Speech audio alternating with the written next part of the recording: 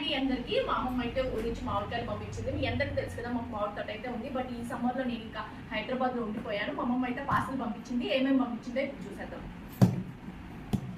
ఎంత బాగా ప్యాక్ చేసి పంపించిందో మా అమ్మమ్మ. మా మమ్మీ వాళ్ళు కూడా ఇక్కడే ఉన్నారు కదా నా డెలివరీ తర్వాత. ఇంకా అందుకని చెప్పి మా అమ్మమ్మ మేము వెళ్ళలేదని చెప్పేసి బస్ లో ఒక బాక్స్ అయితే పంపించింది. చూద్దాం ఏమేమి ఉన్నాయి. కదండి చెట్టు మీద మామిడికాయలు, మా తోటలో పండిన మామిడికాయలు చెట్టు మీద ఫ్రెష్ గా కోసి మరి పంపించింది మా అమ్మమ్మ. ఇది రసాలు కాయి, ఇంకా తర్వాత బంగినపల్లి అన్ని కొంచెం పచ్చి పంపించింది, మేము పండబెట్టుకుందాం అని చెప్పేసి. చెట్టు మీద కాయ వాసన భలే ఉంది.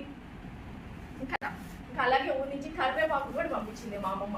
ఎందుకంటే హైదరాబాద్ లో కరివేపాకు అక్కడైతే ఫ్రీ కదా, ఇక్కడైతే కొనుక్కోవాలని చెప్పి కరివేపాకు కూడా పంపించింది. ఇంకా తర్వాత మా మమ్మీకి కొంచెం టాబ్లెట్స్ అయితే పంపించారు. అవే మొత్తం ఇవన్నీ మామిడికాయలు వచ్చేసరిగా. మా సమ్మర్ ఇలా జరుగుతుందనమాట. మా తోటలో ఫ్రెష్ మామిడికాయలు, ఏం కెమికల్స్ లేకుండా ఆర్గానిక్ గా పండిన కాయలు అనమాట.